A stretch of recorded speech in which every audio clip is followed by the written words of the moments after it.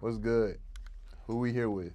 Shit, you are here with Tevin, aka DoubleOhTevin, San Antonio native, San Antonio entrepreneur, and a San Antonio tastemaker. Yeah. What's up, man? What's good? What's good?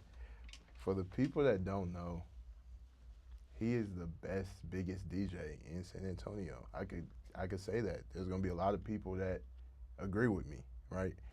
Um, yeah. So, I mean, tell them Appreciate you. tell them what you did. I know last year you did the Chris Brown concert. Oh no. Yeah, Right. yeah, that was the biggest show I did last year. I Right. did a lot of shows, but the Chris Brown show was definitely the biggest show of my career so far. Mm-hmm. Shout out to everybody, the hands that made that happen.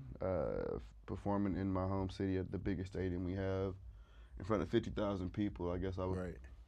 anybody from Houston to be like that's like performing at NRG. And so I mean, if you're in the entertainment business, I mean that's damn near everybody's goal is to be able to perform Right. at the biggest stage in your home city. So I was able to knock it out, and then we got the boys coming back to San Antonio later on this time with Usher, and so I'm Right. Right. excited about the R&B tour this fall. Right. So and you in Houston for the Dreamcon. Yeah, I'm out here working Dreamcon right Right. now. Right. It's my second year working Dreamcon. Today was day one actually. It's been so much fun.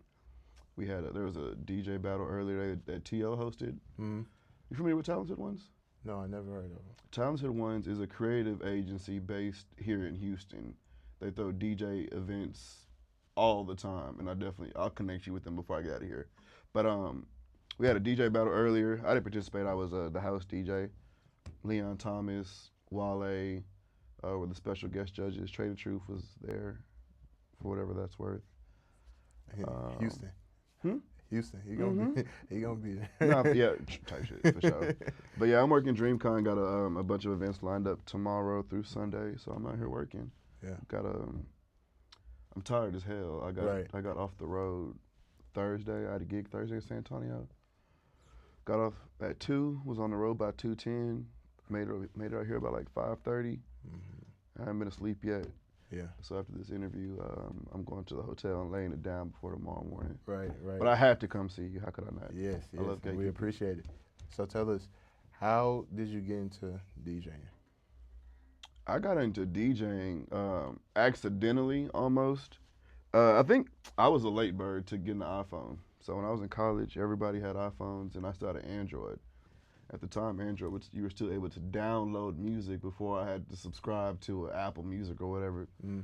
And so like we would be at kickbacks, and since I had downloaded the music, niggas would be like, Tevin, like put your phone on the aux cord. So I put my phone on the aux cord.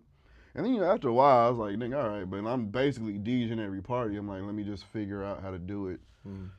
somewhat, not for real, because that was never the goal. And there was a free program called Virtual DJ.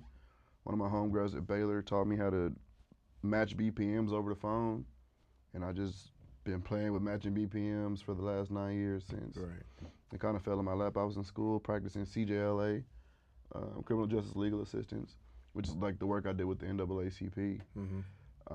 And then DJing just kind of provided a lifestyle. It's something I always said I wasn't going to take serious, but it's paying the bills, and so um, this is my life now. I'm Do a you love traveling it? DJ.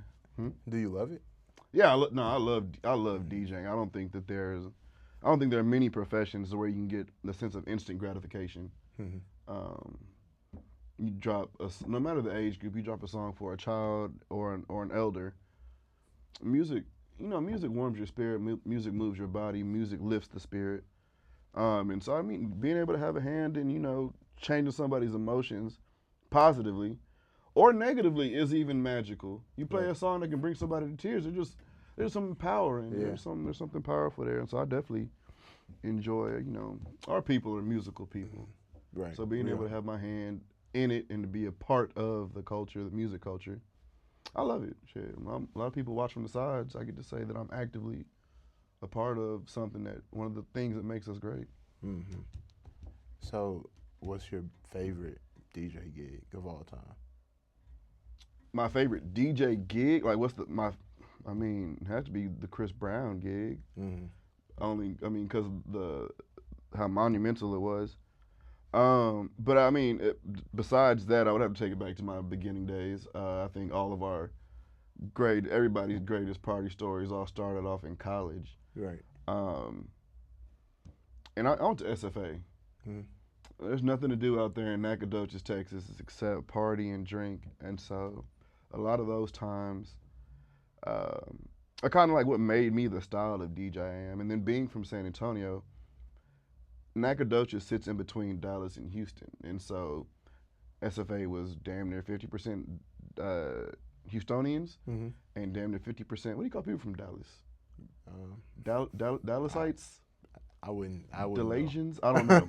And people from Dallas. And so going out there and being able to be a sponge and soak up, the regional music and the local music in Dallas and the local music in Houston, and kind of as the outsider being able to fit myself in the middle and then appease both sides, kind of taught me how to maneuver. And so I would say that's maybe my favorite part of my career, because it just taught me a lot that I'm able to take into my career nowadays. So yeah, the beginning is the favorite for sure. Right.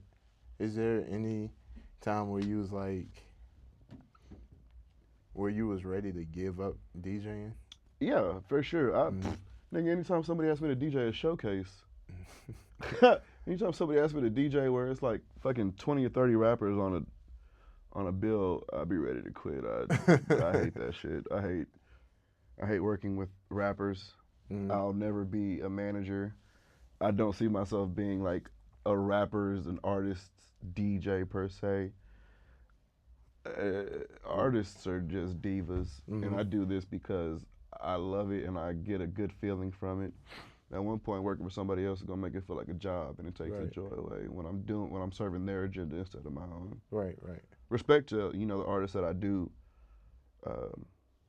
work with, but no, I don't like doing showcases. I don't want to quit anytime somebody asks me to do something with a rapper.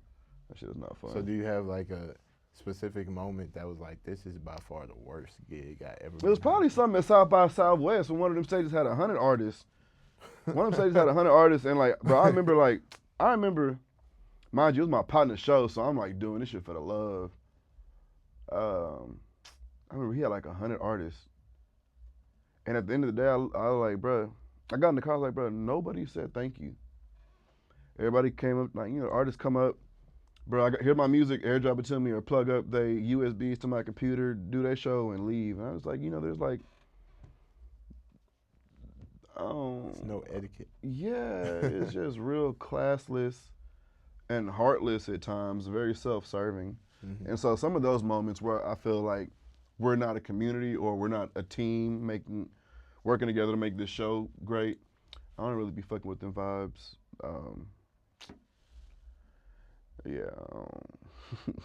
Them showcases really left a bad taste in my mouth. Rude artists really left a bad taste in my mouth. I ain't never gonna stop, but I'm gonna stop DJing showcases. Yeah, that makes sense. It was a South by. It was one of them South by Southwest shows. One of them years. I did that shit 10 years in a row, so I can't even tell you what year it was. You did this past year? No,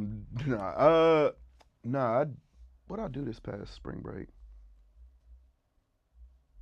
I didn't do nothing this spring break actually. No, I didn't go to South by.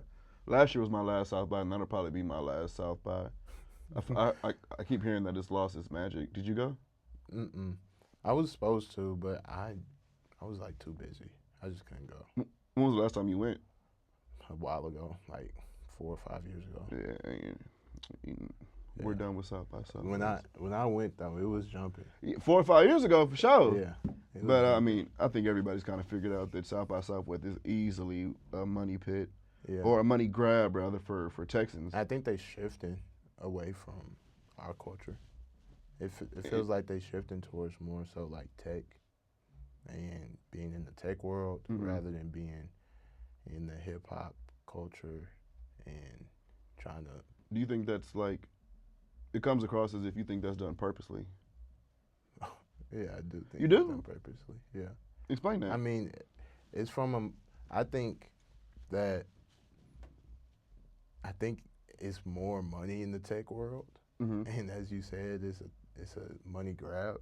So I think they noticed that Austin is shifting into being the tech hub of the South. right, Mhm. the what is it called? The Silicon Valley of the Yeah. South. Mhm. So, I mean, they're trying to just move with the city. But that seems like the natural step, Yeah, and not like it's I'm being not really, forced. I'm not really mad at them. It's just that's what it is. Something you What it notice, is. Yeah, it didn't look like it's still they still have like stuff for like underground artists and stuff like that. Mm-hmm. But you could tell it's less of a presence than it was in the like. You don't see any bigger artists coming there to try to put other people on. You know, and stuff Prince like performed that. at South by Southwest. No, I didn't know. I think it was like, don't get me wrong, somewhere between 2012 and 2014. I forgot who was my favorite artist when I went there, but my favorite artist definitely performed. My favorite artist at that time definitely performed at South by Southwest. That's how I could like vividly remember me like going. But I forgot who. Like, but I switch up my favorite artist. Dex or My favorite artist was always gonna be like G Herbo, my number one. Okay. But my number 2 through 5, they switch up, and I forgot who it was at that moment. But yeah, I don't know. But yeah. Man said G Herbo is his favorite artist. Yeah. G Herbo's not a bad rapper. I've never heard anybody say he's there first, unless they was like OTF or whatever. I don't know, something from up there. Yeah, nah. That's definitely I probably have him like number 1 on my Apple Music replay every year for the past 6, 7 years. Hey man, I mean, shit, consistent. I ain't mad at that. I can't tell you who's on top of my list. Mm-hmm. As far as like my Spotify go. Yeah. But so you do events as well. You're an event organizer. Tell us how you got into event creation.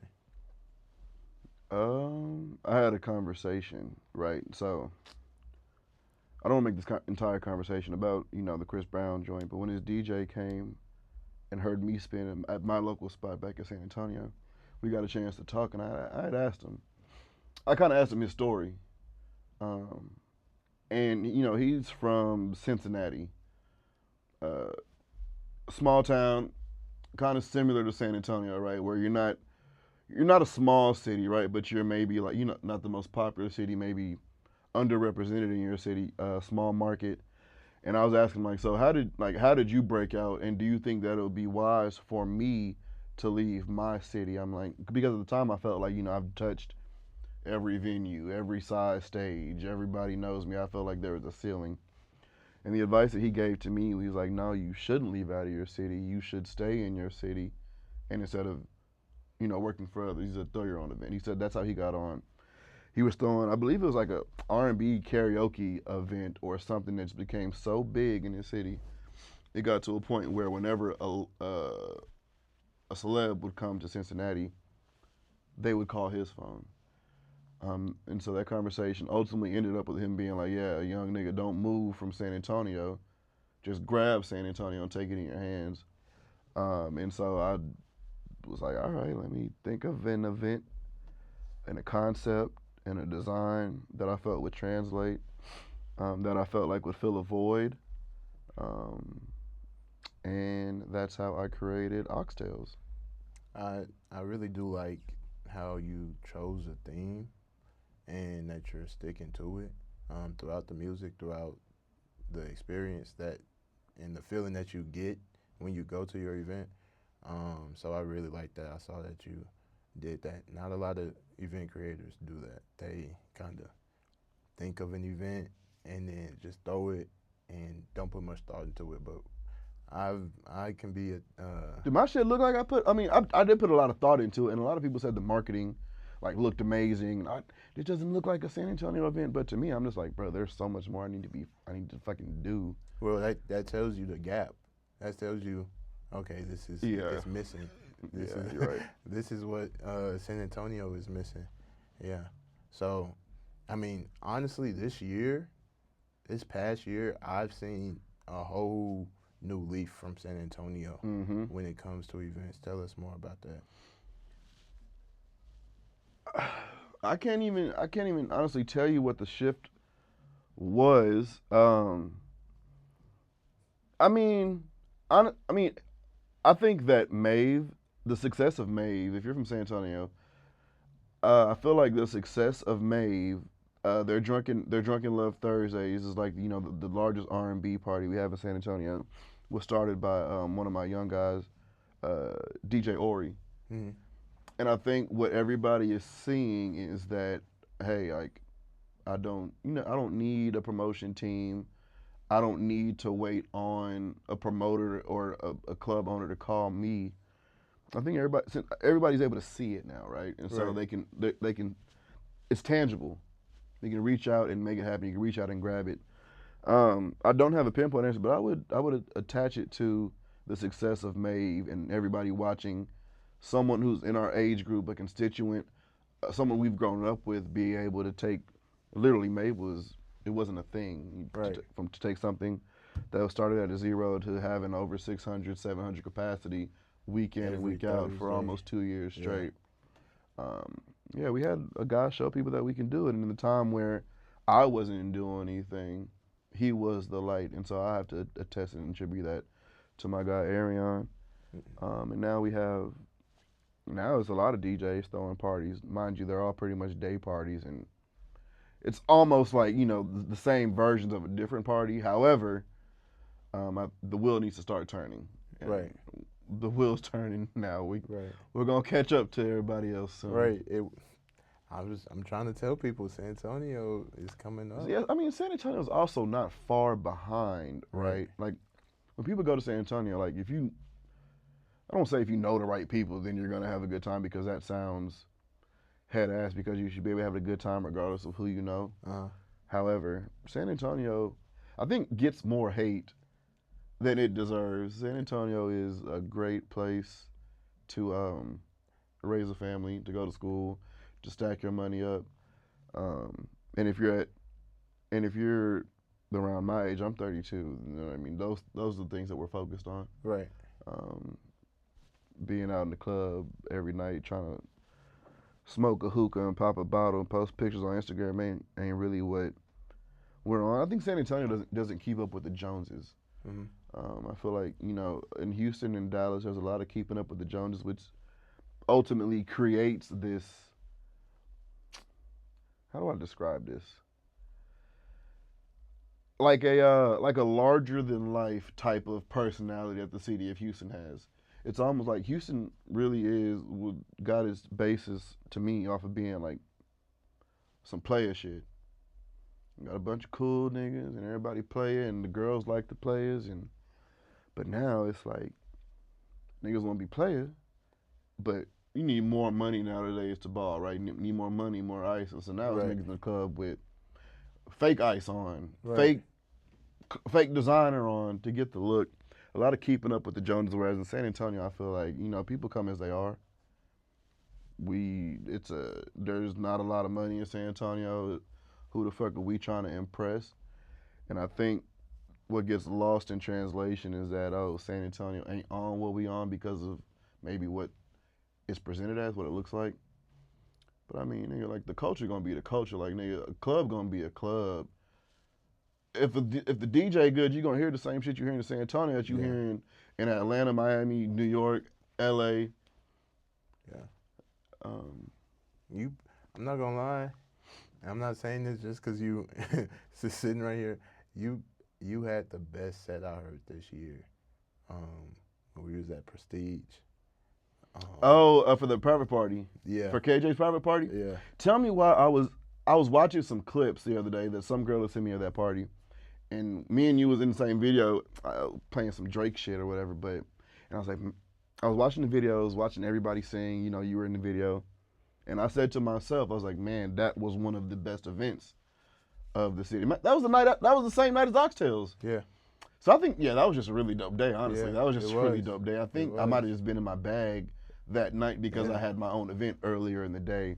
But I appreciate it. That was crazy to me because I was like, you look tired, and then brother, I'm tired right now. And then you got in, there, and it was like you autopilot just going, and I was like, I mean, shit, nigga, you know how to show up to work, right?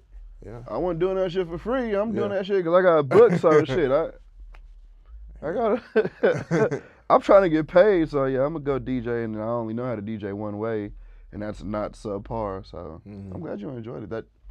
That really was a great night. That was a great night. I'm glad you remember it too. Yeah. The private parties get a little tricky sometimes, but I'm glad you recall that one. Especially them open bar bitches. Yeah. Yeah, that was a good one. Can you tell us how'd you come up with oxtails? And it's kind of like a play on words for oxtails and yes, the oxtails. So like the plug in music and then food also. So oxtails is clearly oxtails is spelled AUXTALES. Tagline is telling stories through music. I got the idea. Well, I went to last summer in North Carolina. I was at a convention, and they had this company called Ox Wars or something. Where and they had they do like an interactive thing where you play quiz games on your phone and sing karaoke and guess song lyrics. I'm like, damn, I had a really good time at this event, and so the name Ox Wars just had stuck in my head ever since that night. And then I don't know, I have a really creative mind, and then one day Ox Wars, it stayed in my brain so long, Oxtails just kind of a light bulb went off, and I was like, oh, that sounds good, that sounds catchy. Oxtails, telling stories through music. Okay, let's make it make sense. That's how I got the name. And then falling back into the fact that one of the OGs told me to start throwing my own events, I was like, well, I have a name for an event. I really don't know what it's going to look like just yet. But then I got a call from Prestige, and they're like, hey, can you throw an event to help us like bring some people here on a day? And I was like, all right, well, I'm being forcing my hand to throw an event. And I was like, well, I don't want to play, pardon me. I was like, I don't want to play. I play hip hop Sunday nights already. I play hip hop Saturday nights, Friday nights. And I was like, I want to do something different. Like I said, Thursday is already the biggest R&B party. I've always, I listen to a little bit of everything. But I love house music. I've fallen in love with house music. And then learning the history and that it's black music founded in Chicago. I was like, okay, well, this is my people's music. And I feel like we need to hear more of this shit because the shit be fly. The shit allows you to dance. I hate section culture, and so I wanted people to dance, be in the sun, make it almost feel like a backyard party. And so that's why we had it at a place that had the turf lawns outside under the tents outside with the oxtails and being served with the jerk chicken, the plantains, the rice and peas to play into the name oxtails. Yeah, I wanted some feel good shit that was out of the norm. Everything we do in San Antonio is really inside. I wanted to go against the grain, and so I had a battery in my back. My hand was forced, and I had a name in my brain that I thought was creative. I kind of just put all three of those cards on the table, and Oxtails was born as, a physical event. Yeah, and then shit, that's pretty much where our story begins. Right. And can you tell the audience any updates or sneak peeks for the next one? No, I have a meeting on Tuesday with the. I have a meeting on Tuesday with the new venue. I like to keep things fresh and rotate. I guess a tidbit will be that I'll see you in the clouds. Okay. A little rooftop vibe this time. Okay. That's what I wanted. Yeah. That's what I wanted. That's what I don't have. Like I said, I don't have any details ironed out. I meet when I get back to San Antonio on Tuesday, but it'll happen before the end of the summer. Let's get you guys outside one more time. Let's dance in the clouds. Yeah, that's what's up. That sounds fire. Yeah, it does. Tagline. I need to figure something out to do with that. Tagline. Yeah. Okay. Yeah. So you built a team, right? Or no? For Oxtails? Yeah. No, I didn't, and I wish that I did. you know, I work with the Late Night Heroes, and we had our promotion company going on for about a year and a half, 2 years. And with Oxtails, I was like, I think I want to just try this by myself and just partially see how much um, influence I had, but also to see how much money I could put in my own pocket without having to break so much bread. And so for this one, I kind of did it by myself, and I wish that I hadn't, only because I feel like there were just so many small things I missed when it came to my marketing. Not so much my marketing, not so much my promotional marketing, but my marketing on site. Mm-hmm. So backdrops or cups, keychains. I'm so busy thinking about the DJ, the booking, the Right. sound system, the flyers, getting the videos out. I forgot about what do I get people when they get there besides food? Right. How do they remember this event? Exactly. I mean, I had a cameraman, but I really wish that I would have given people something to take home with. And I feel like if I had a team that might have been, you know, just a forethought that somebody might have had, but hey, Tevin, we actually need this. And so going forward, I'm going to build like a small team. What do you think? What do you think a good team number size might be for? Well, I mean, we'll talk about like, you know, That's a good question. upcoming promotional company. For me, my team, I think for an event is max is 6 people max, but you in a sweet spot with 4. What 3 roles? to What 4. roles do those 6 serve?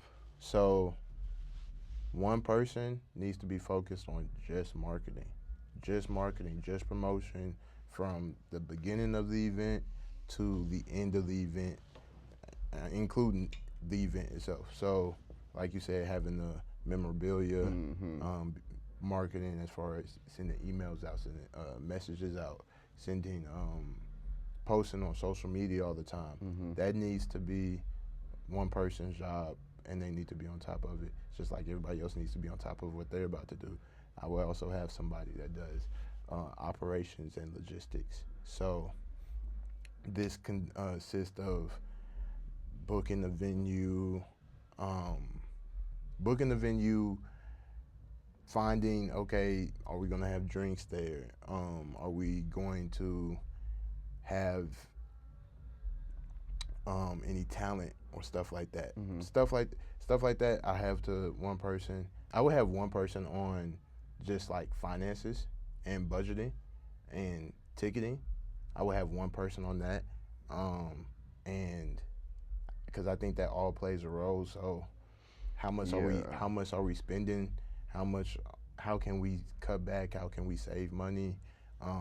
So one person on finances, one person on operations, one person on marketing, and the last person would be on talent itself, would be the talent. For my events, I always have a DJ on the team. Okay, that's smart. Always. Because even if we go and hire another DJ or we go and hire talent, they have a better ear than me. Yeah. So I always have a DJ on the team that's saying, okay, I'll DJ this event, and then we cut a cost right there. That's actually smart. And then I think people forget about the tastemaker a lot. Right. Like people have, like, you need the cool person, the person that has their ear to the streets, their pulse on the streets, somebody who just kind of knows what's going on there. That way you can focus on something else. I think that's a big thing that people forget. I think everybody thinks, oh, I have the money, I can afford it, I can pay for a flyer, I can pay for the venue. All right, boom, let's get it made, or let me chat GBT the flyer, put it on the internet, think that they're gonna have motion and end up in the red. And then the thing is, the people hire a DJ and they're like, okay, they're going to put people into the seats, but they're not.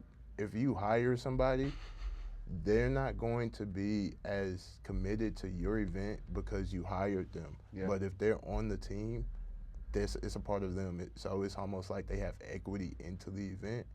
So they will be, they'll care about it way more than somebody that you're about to pay a certain amount to. You're a manipulator. instead of me paying you more, let me make you feel like your family. And pay not pay you at all.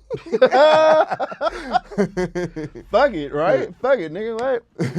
And then What do you say? There's nothing wrong with corruption as long as I'm involved. the extra two people, the extra two people I would have just are people that know a lot of people. Yeah, of course. So even if they of course want them to find something to do around the event, but the extra two people need to be able to say, okay, I know at least this many people can show up on my accord. Mm-hmm.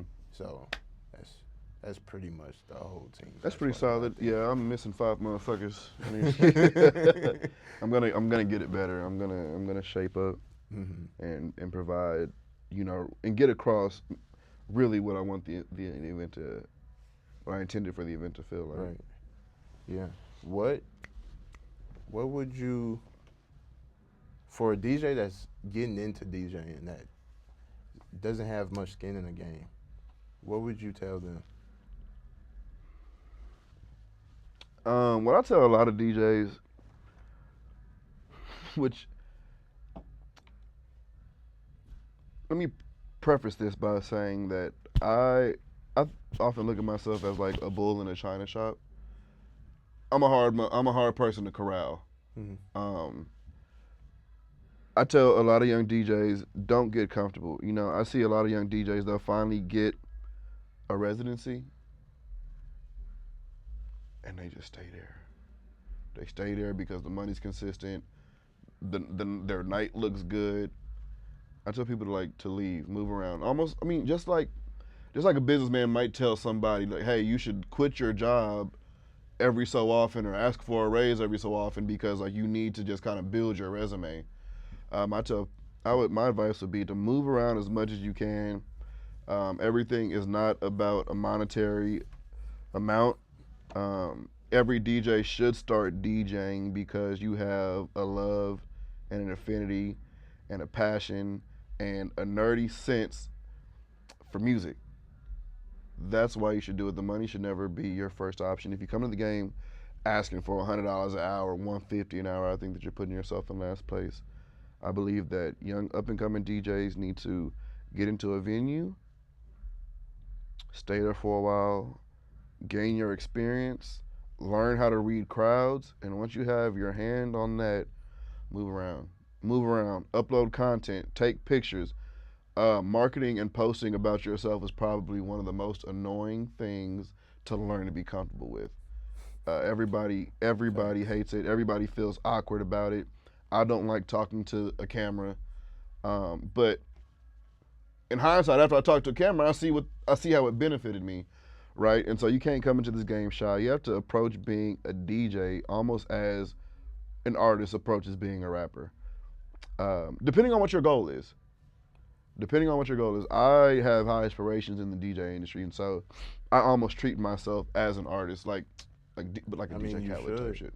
You should, but it depends on how you want to go. But my advice to people is treat yourself as if you are somebody. Walk into every room confident with your chest out. Make eye contact. Speak with confidence. And the world is yours. Confidence is the biggest key. Even if you don't know, act like you know, and you'll figure it out along the way. Right. The nerves will come, the wariness will come. But the Bible will tell you that faith and doubt can't coexist, right? And so when you step into the DJ realm, whether you are religious or not, realize that you can't be one foot in, one foot out with this shit. If you're gonna DJ and you want to be on the flyers and on the photos and with the girls and bottles, and if you want that lifestyle, you got to realize that this ain't no pushover shit. Because people want your spot. For some reason, everybody wants to be a DJ now. I don't know where the craze came in. Maybe it's because turntables got cheaper than they used to be, and niggas can afford controllers now. But evidently, so for younger DJs, nigga, the revolving door is faster than ever. So you need to get in, make your presence known, move around, and get your content out. And then the phone gonna start calling. And I think that's the only thing that I've done differently than anybody else is I've stayed consistent on social media with my marketing. and I've stayed consistent with my uploading on the social media platforms when it comes to my music. I have over 100 mixtapes on the internet. My largest YouTube video had 7 million views, which was an R&B mix. It got taken down because of copyright. Yeah.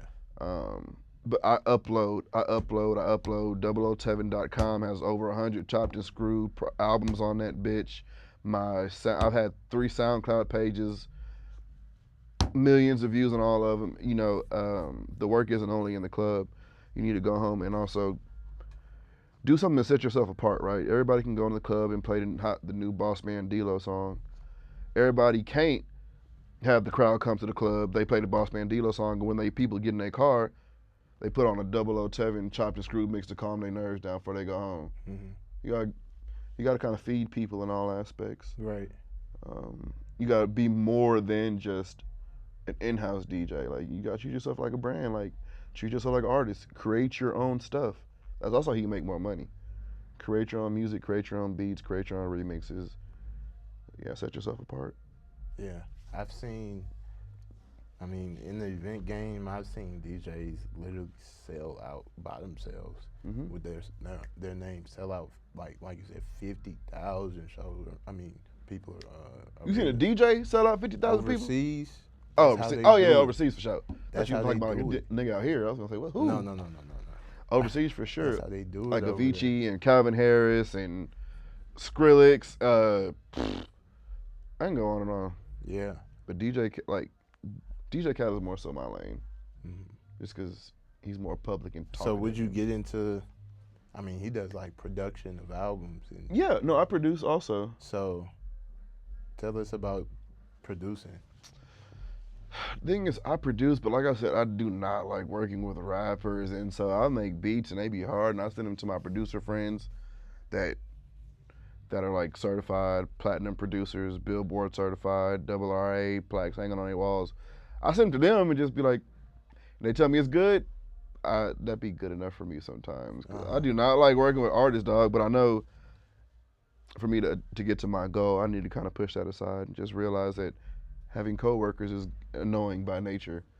And it's something I got to get over with. But I think maybe you find somebody that you think is good enough to make it, and build that relationship with them and just ride with them. That's what I forgot what producer told me that, but they did that with an artist, and they're pretty big now. So I think I have a bad. I think I sometimes might have a bad job at staying in my role. I'm very opinionated. I do have ideas that I feel like, hey, it might need to be heard, or this might be a good idea, which turns into, would you think about being my manager? And that's where I draw the fucking line. No, I don't want to do this shit. And so I tuck back into my hole. But I think if I could just stick to maybe just being a producer, making a beat, giving you that, and we break splits and we rock like that, perhaps. But I overshare my opinions and talk a little bit way too much. It's never just, can you be my DJ, can be my producer. You gotta draw that boundary. You're right. Tell them. But it's also like, nigga, if you like a motherfucker and you see and you have an idea that you think can benefit them, I'd be a whole ass nigga to just sit on that. Like, I'm not gonna do nothing with this idea I got. Yeah. I got the idea for it. I do the same thing. You gotta get it off. I do the same thing. And then it probably binds you sometimes, like, damn, like I'm doing more work than I intended on doing. But yeah. I mean, I tell people ideas all the time, and they don't end up doing nothing with it. But I'm like, at least it's not on my chest no more. Now, motherfucker that do like your idea can be like, well, can you help me with it?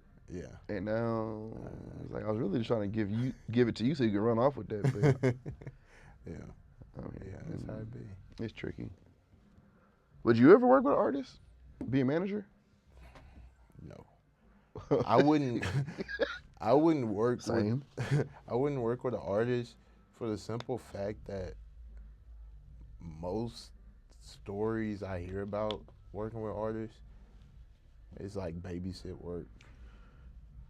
So, if I would simply do the manager stuff, find you sponsorships, find you deals, find you content creators to work with. As far as the other stuff, marketing, oh, does this sound good? I'm not. I'm not It's really into any Ben, of that that. sound good, but come on, man, be real, like nigga. That's like nigga being with a girl. Not she's not your girl, right? But you just kicking it. I'm gonna help her with her homework because she needs a little study guide. But now you're with her every day. Yeah. Y'all cracking jokes. Y'all getting the relationship is building. Like we not talking about homework anymore. We talking about what the fuck we doing this weekend. Relationships grow, and Right. especially like nigga artist and rapper. Like you're not in no office. You're not just college. You're on the road. Maybe sometimes having to sleep in a hotel room together. Like Right. the relationship gets close really fast. Right. Especially if you're in the studio session. Now you just with a motherfucker every night till 4 a.m. And I heard too many relationships get too close to Yeah, where facts. Yeah, now facts. it's like y'all family. And that's what I'm saying. Like you ain't. that's what I'm saying. That Sometimes line, working with family is, yeah, you know. that line that you draw, talking about, I would only do this. It's like it sound good, but I just don't. Because we know how people and how human interactions are. It's Right. never just, oh, this is what it's gonna be. Human emotions don't work like that, and so I wouldn't be manager for the same reason. I feel like it's too much coddling, too much babying, and it's inevitable. It's going to get to that point eventually. Right. Yeah. I can't do it. Yeah, I couldn't be a manager. I'm pretty content with what I'm doing now. Yeah, I couldn't be a manager. I manage your event, not your career. Yeah, exactly. Exactly. No. Even if managing the career is more lucrative? Yeah.